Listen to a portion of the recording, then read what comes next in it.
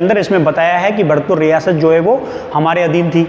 आप लोगों ने जो टाइमिंग चुनी है वो टाइमिंग चुनी है 1759 की। 1759 में भरतपुर के अंदर महाराजा सूरजमल शासन कर रहे थे। आपने कौन से युद्ध में महाराजा सूरजमल को परास्त कर दिया? आपने कौन से युद्ध में भरतपुर को जीत लिया? आपने कब, किस समय, किस दिन जो है वो भरतपुर के लोहागढ़ दुर्ग को जीत लिया या आपकी सेनाएं भरतपुर के अंदर घुस गई? आप लोगों ने कुमेर की घेराबंदी की थी। कुमेर की घेराबंदी का रिजल्ट क्या हुआ था सबको पता है, लेकिन वो भी बहुत पीछे की बात थी। इसके अलावा 1761 में आगरा के किले को जीत लिया गया। आगरा को जीत लिया गया, आगरा को विजित कर लिया गया। अगर तुम्हारे अधीन आगरा भी था तो फिर महाराजा सूरजमल का युद्ध तुमसे क्यों ना हुआ? वो तो मुगलों से लड़े थे, तुम कहां से बीच में आ गए? तो आपकी सेनाएं कोटा, बूंदी हो, जैसलमेर आप कभी गए नहीं, सपने में भी जैसलमेर नहीं गए। जैसलमेर के क्षेत्र को भी आपने बस एक पेंटिंग के थ्रू जो है वो रंग के जारी कर दिया। तो एनसीईआरटी ने क्या मैप जारी किया है? भरतपुर के अंदर आपकी की सेनाएं जो है वो कब विजित होकर चली गई? तो इसका मतलब यह है कि भरतपुर आपके अधीन था। पानीपत के युद्ध में आप लोग बुरी तरह हारे।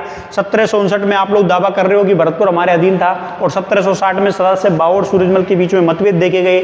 महाराजा सूरजमल ने कह दिया था जाओ लड़ लो मेरे बिना, जीत के बता देना। 1761 में हारती हुई सेनाओं को शरण दी भरतपुर के अंदर। तो क्या ही बेहुदा मैप जारी किया है? कम से कम आप मैप जारी करो, उसमें क्षेत्र बताओ, स्थान बताओ, युद्ध का नाम बताओ, ताकि लोग भरोसा करें कि भाई इस युद्ध में आप लोगों ने ये क्षेत्र जीता। आप लोगों ने पूरा पश्चिमी राजस्थान दिखा दिया।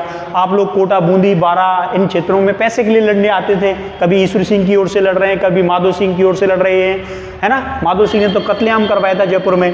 तो पैसों के लिए लड़ने वाले, लूट के लिए लड़ने वाले कहाँ इतना बड़ा साम्राज्य का मैप जारी कर दिया?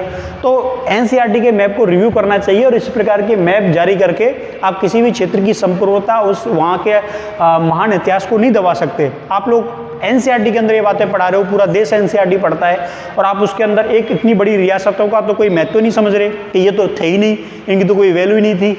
तो ऐसे अगर आप दिखाओगे तो स्वाभाविक है जनता जो है वो आपसे सवाल पूछेगी, और एनसीईआरटी इसका रिव्यू करे, और रिव्यू करने के बाद जो वास्तविक क्षेत्र हैं उन्हीं को विजित दिखाए।